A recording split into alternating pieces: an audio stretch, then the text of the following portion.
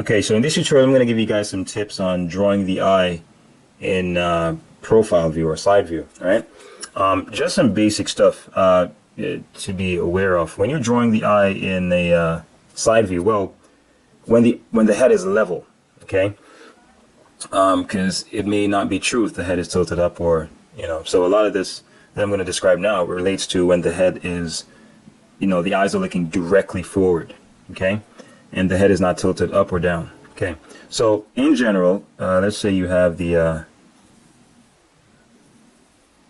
eyeball like that, right? Now, the upper eyelid curves more than the lower eyelid because it is going over a larger part or fraction of the eye.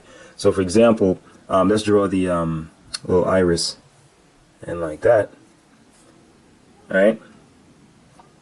And the pupils on top, and it has that little bulge at the front because it's really like a clear layer that's protecting it. All right, so let's say it's like that. Now the lower eyelid is doesn't curve as much as the upper eyelid because it is covering a smaller portion of the eye than the upper eyelid does. So the upper eyelid curves more and is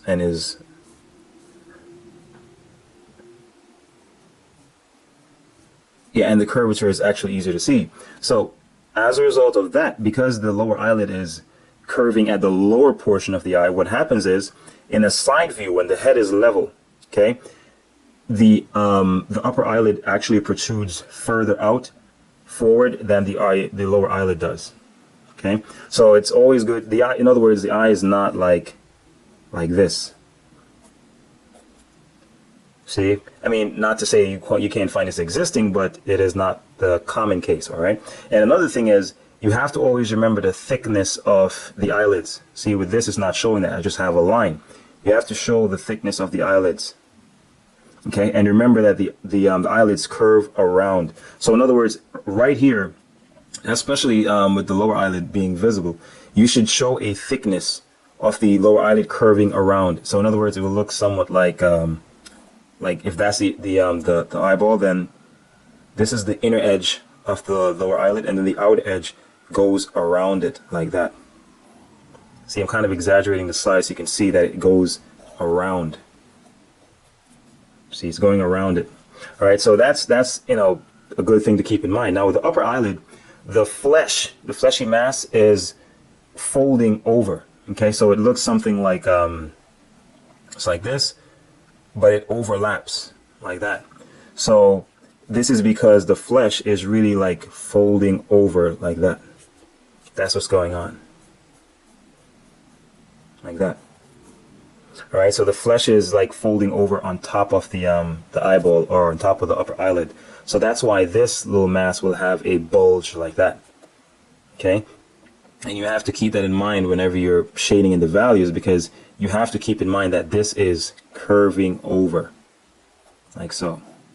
So that you keep that in mind whenever you're layering in, the values and shading. See, that's why it's important to know a little anatomy sometimes, or at least understand the nature of the form that you're drawing, because then you'd use the lines that best help to accentuate that value, that volume. Right? And in this case, I'm making it seem as if the eye is looking directly forward, which is generally the case when you have, see, the upper eyelid is covering just a little portion of the iris.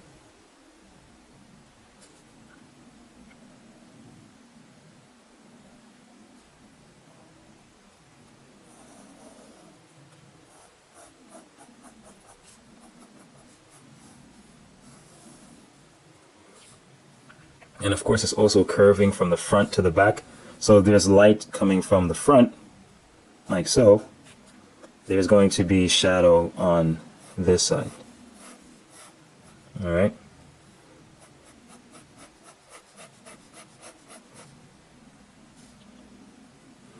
And generally, there's a little bit of cast shadow that's formed on top of the upper eyelid from this mass bulging over.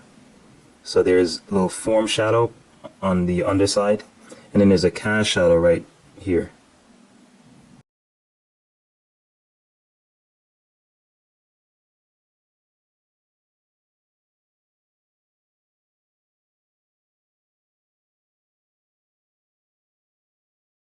Now, sometimes you'll see that there's see here you have upper eyelid, lower eyelid, and sometimes around it you may see this fold or the crease from this fold, and that's a crease formed by the orbit that the eyeball actually fits in. So you'll see two little wrinkles. You'll see the one from the lower eyelid and this one, but this one won't be as strong. This is where you'll see most of the shadow here. All right. So we're assuming that the light is shining from in front. So of course, there's always going to be a shadow on the inside of the inner corner of the eyes as the form curves out to the light. So there'll be a shadow here, be pretty dark as it gets closer to the eyes, and then it gets gradually lighter as it moves towards the light, like so.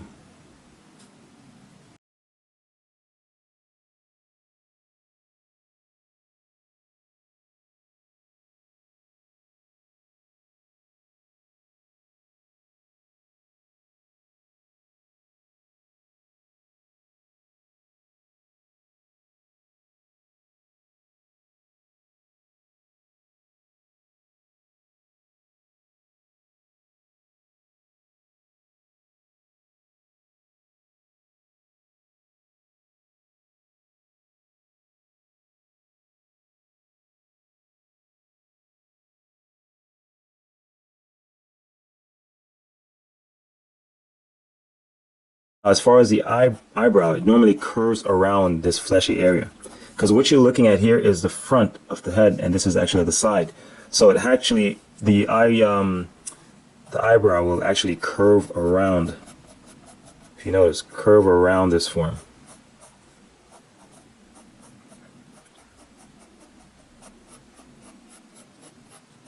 This is just shadow, but then the eyebrow will be here.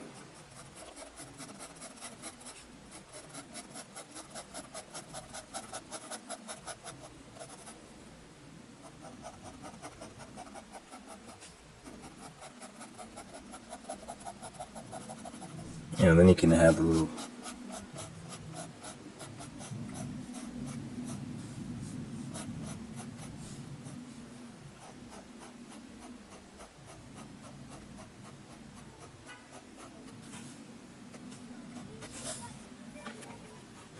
all right, that's just a general approach. Yeah,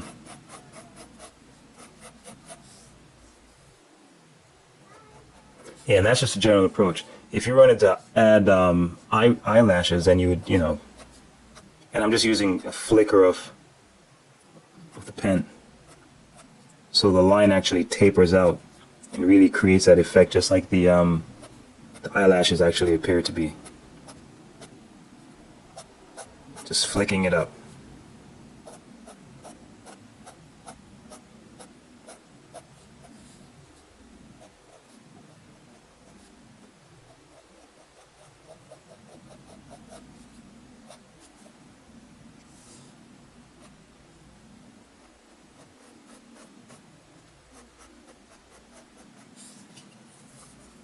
That's about it.